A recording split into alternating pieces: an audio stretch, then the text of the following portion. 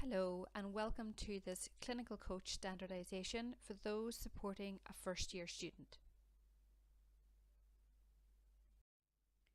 The main focus at this stage should include the following: student induction, the new NPL format, Moodle and a clinical coach checklist. We will begin with student induction, looking at what has been covered in college and what should be covered in the training practice. All first year students have now been enrolled with the RCVS as a student veterinary nurse, and they have received a copy of their enrolment details. The students should be forwarding a copy of this to their clinical coach, and this will include their date of enrolment and their unique enrolment number. Students have also been invited to attend an NPL workshop at the college on Tuesday the 22nd of January, and all students should be attending this. At the beginning of the course, first year students attended an induction day, which covered all aspects of the course itself: college and student life, student support and fitness to practice. There was also some support and information on training and practice. Students should have a clear understanding of their newly defined role within the veterinary team. Their new job description should reflect this, and this should take into account the role and responsibilities of a student veterinary nurse. The college induction also looked at the role of the practice team and the college team, particularly in relation to practical training and NPL. Finally, fitness to practice looks at professional behaviour both in the workplace and in college. The first tutorial meeting between the clinical coach and student should take the form of an induction to training and practice. Key areas for discussion should include the new job description, the role and responsibilities in practice of the new student veterinary nurse, supervision in the workplace and working under direction, health and safety, practice policies and procedures, and the appeals procedure. A copy of the appeals procedure can be found in the clinical coach handbook. The clinical coach should ensure evidence of the induction has been recorded, and any follow-up actions should be agreed. So, for example, a review of health and safety training for the student. At this stage, it is useful to review the rota to ensure that there is sufficient contact between the clinical coach and student for a minimum of 2 full days per week. The training practice plays a central role in the training of student veterinary nurses, providing training and clinical experience, and the nursing progress log is a record of the student practical training and achievement of day 1 skills. The college will provide the underpinning knowledge and understanding and will introduce best practice with particular focus on the OSCEs, and it is expected that college attendance is incorporated into the students' normal working week and not part of their days off. The internal quality assurance team will sample the NPL and provide appropriate feedback to the clinical coaches. The college course incorporates practical workshops across relevant units and additional training for the equine skills. The practice is responsible for ensuring students have sufficient access to the clinical coach for the entirety of the award, and this will be up until the point where the student successfully completes their OSCEs.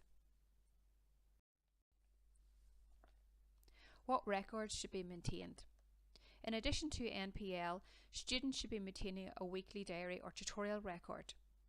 This is a record of any practical demonstrations, particularly those demonstrated by witnesses or other members of the veterinary team. Students should also be keeping a record of any experience they have gained, any tutorials and discussions with any member of the team, and any case discussions and case reviews. At this stage, downloading the Training and Employment Form, which is a record of the training hours in practice and in college, is useful to have, and a record of any absence, any annual leave, any work experience not in the approved premises, so for example a branch practice that has not been approved for training, and any work that students have carried out outside the small animal pathway, so for example any students working in a large animal practice and carrying out large animal work. The clinical coach should also be maintaining planning records and should have a copy of the students' enrolment details at this stage. Any college reports, correspondence and any other NPL reports, they should all be kept within the student training file. The clinical coach should be maintaining a record of the weekly tutorial, and this will be a summary of the discussion and any queries or concerns and any action plan. So as the student has access to this, please upload a copy of this onto the NPL communications. As the student and clinical coach become more familiar with the syllabus and how this relates to NPL sections and skills, it is useful at this stage to identify any skills that the student may have difficulty in gaining sufficient experience and practice. A student training plan should be completed at this stage, and if there are any gaps in resources, it is important to identify these. Review the training plan on a regular basis, for example at least once a semester, updating the progress and setting targets for completion. Be proactive and discuss options with the IQA team. So, to sum up, if not already completed, pencil an induction tutorial into the diary. Following the induction, agree a to-do list or action plan for the student and clinical coach. Start the practical training by discussing each skill individually and keep a record of everything. At this stage, we would encourage students to focus on reflective practice. Students should also be authenticating their experience to include client or patient ID where appropriate, ensuring they do not breach confidentiality. The appropriate use of terminology and a brief description of activities should also be recorded. The timely logging of experience, so ensuring that evidence is logged within the 2-week window, and there should be evidence of skill development. As confidence in using NPL improves, focus more on planning ahead. There should also be evidence of weekly support, and this will be monitored by the centre team. There should be sufficient evidence, particularly in relation to the syllabus and how it relates to NPL, and identification of any gaps in training, and there will be a focus on progress.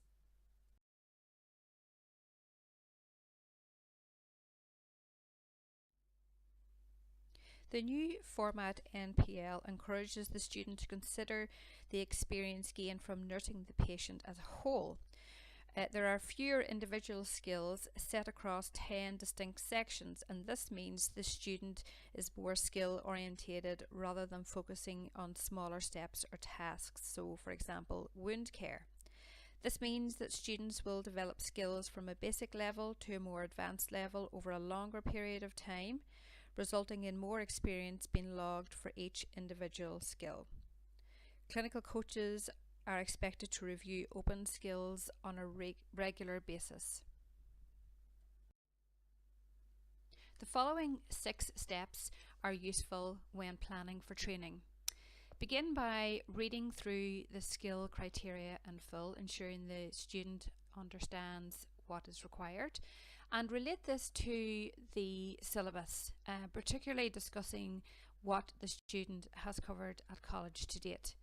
You should also refer to the RCVS guidance notes for additional support where this has been indicated for individual skills. You should then discuss the student's current level of competence for the skill. This is very much involving the student at this stage, ensuring that they have input. Then agree the appropriate method of skill activation. Does this mean that the skill needs to be demonstrated in full or in part? Or is the student able to go ahead and start gathering appropriate experience and logging evidence? And agree who will demonstrate the skill. There may be somebody, you may be the most appropriate person, but there may be somebody else in the practice, and this should be included in the training plan. Please note that skill activation, the demonstration of a skill, must be based on practical demonstration where the student observes the person carrying out the activity, and should not be based on discussion and explanation alone. Discuss with the student all aspects of the skill, ensuring that they understand the key terminology and are clear on the interpretation. Ask about the progress to date in college. Has this unit been started or completed in college? Consider examples of suitable scenarios and cases, asking the student to give examples if possible. The student must be clear about the development of the skill and what is required to achieve competence and to demonstrate competence. And this means that they are able to perform a task under a variety of conditions and across a range of scenarios. The main sections for first year students to focus on would be legislation affecting practice, including health and safety, communication, handling and restraint, nursing care and infection control. The sections and related skills referred to in the previous slide should be included on the student's training plan. However, on a day-to-day basis, where an opportunity to demonstrate a new skill presents itself, this should be logged, so any skill in any section. However, the main focus of skill development should be around those core skills as referred to. For general planning of NPL progress, consider units that reflect daily work and create foundation skills, so handling and restraint, health and safety, legislation, communication and infection control.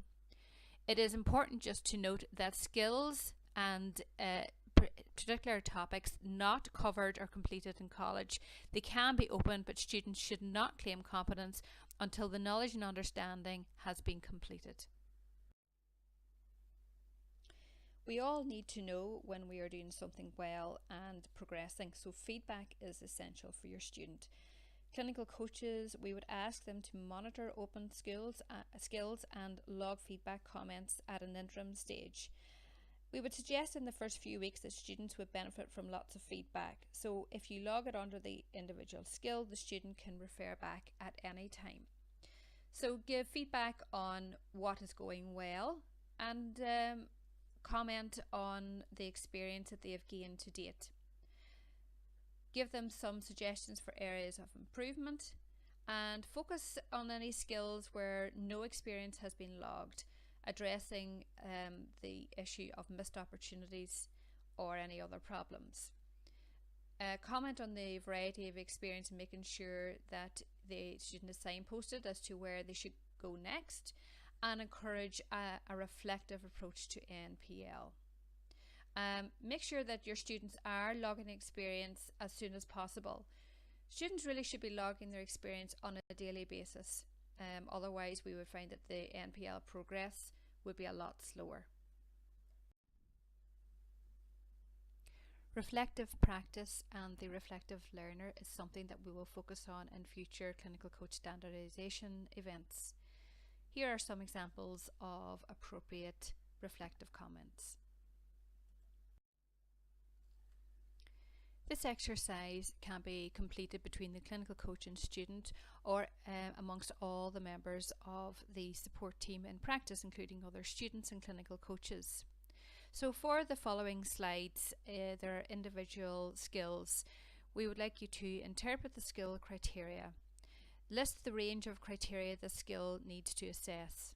Provide examples of cases and scenarios that might be useful, first of all, for the demonstration of the skill, for developing the student's sense of independence, and for OSCE preparation.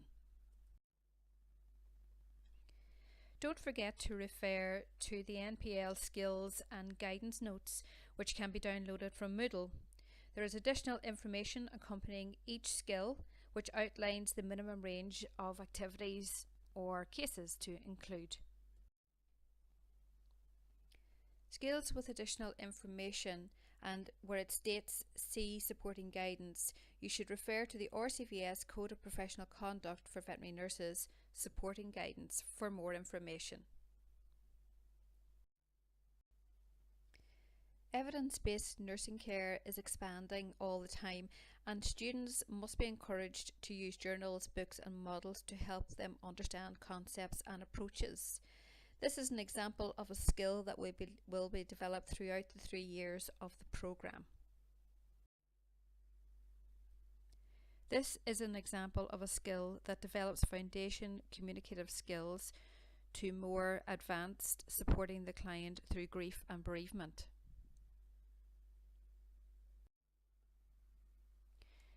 There may be more than one demonstration required for this skill, as Skill 4 demonstrating techniques for approaching and catching animals will cover a full range of species. Don't forget to refer to the NPL guidance notes so that the full range of species can be included. These are the 5 stages for NPL. Initially, the clinical coach or a suitable witness will demonstrate the skill to the student. At the earliest opportunity, the student will demonstrate back to the clinical coach or again a suitable witness. If the student has grasped the basics of the skill, they will then gather experience and log that evidence over a period of time. When the student feels that they are competent, they will log a final reflective account reflecting on the development of the skill throughout and will claim competence. The clinical coach then will have to make a final judgment and they must log feedback to either deny or confirm that the student is competent. Once you log in, you will have access to your student's NPL account. If you have more than one student, you can select them from the drop-down box. As you can see, there are 4 different sections. There is the home screen, which gives a summary of the student's progress to date. There is the progress log, where all of the student's experience and the main activities are logged. There is a professional behavioural tool, which is assessing the student's fitness to practice throughout their qualification, and the communications tab. Agree the section and the skill the student wishes to start. Go through the skill criteria to ensure the student is clear on interpretation. You should also look at the RCVS supporting guidance for the skill if it's appropriate. For this skill, there is additional guidance note information, and this should also be included in the discussion. You should then give consideration as to how the skill should be activated. Does the skill need to be demonstrated in full or in part, or has the student been shown how to do this on a previous occasion? If so, agree who should be demonstrating the skill if this is the case. Discuss suitable scenarios with the student as to what would be appropriate evidence to log for the skill. Agree a target date for the initial logging of evidence and agree when this will be reviewed. This should be recorded in a comment and logged by the clinical coach. The method of skill activation should be discussed and agreed between the student and clinical coach.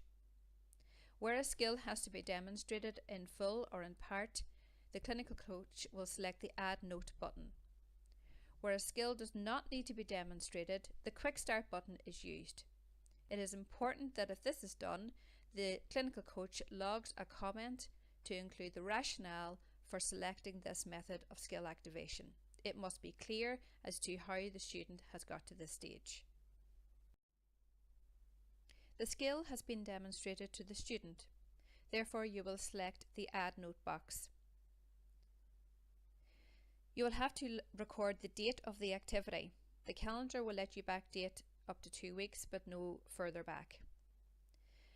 Please log information into the optional reflective account box. This should include any client or patient authentication information.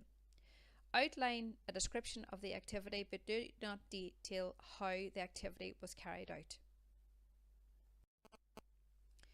The student at some point will then have to demonstrate the skill back to the clinical coach or a suitable witness. This should be discussed at this point, as it's possible the student can demonstrate the skill back immediately. If not, discuss when this is likely to occur. If the student has been able to demonstrate the skill back at the same time, this should be recorded by the clinical coach onto NPL as well. This is the second stage, and this will actually open the skill for the student. Up until this point, the student cannot log any experience.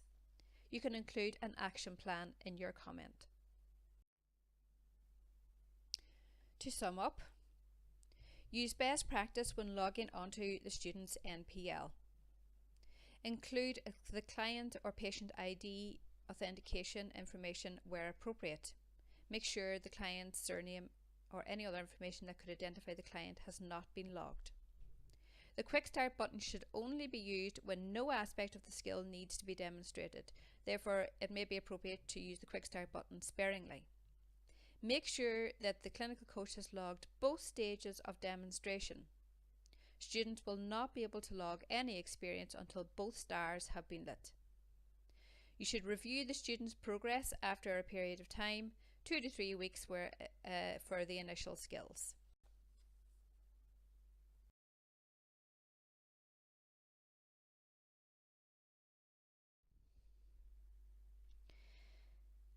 Schools and colleges nowadays use online platforms or VLEs, virtual learning environments, to support the teaching in the classroom. And one of the advantages is that students can access a range of resources from home or work at any time.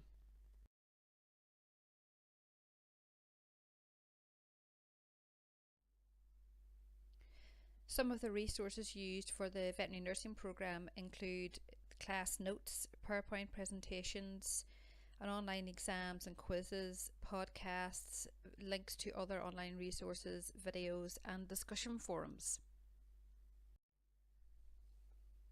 One of the Moodle courses has been set up for clinical coaches linked to students at Greenmount College. Access is via the CAFRE website. Click on the link at the top of the screen. Clinical coaches are required to provide the centre with their personal email address. This can be used to add you to the Moodle system, and you'll be provided with a username and password. Please contact the course manager if you experience any problems with accessing Moodle. On completion of induction and training, clinical coaches were provided with a clinical coach handbook. A copy of the clinical coach checklist can be found here, along with basic guidance on the use of NPL. The checklist is useful for ensuring all the training materials required to start training your student are at hand, or you know where to find them. We would recommend that you carry out an audit at least once a year to ensure all the necessary paperwork and records are being maintained. And it is essential that clinical coaches keep the centre updated on any changes. This includes upcoming changes to the role of clinical coach or anything that might impact student training.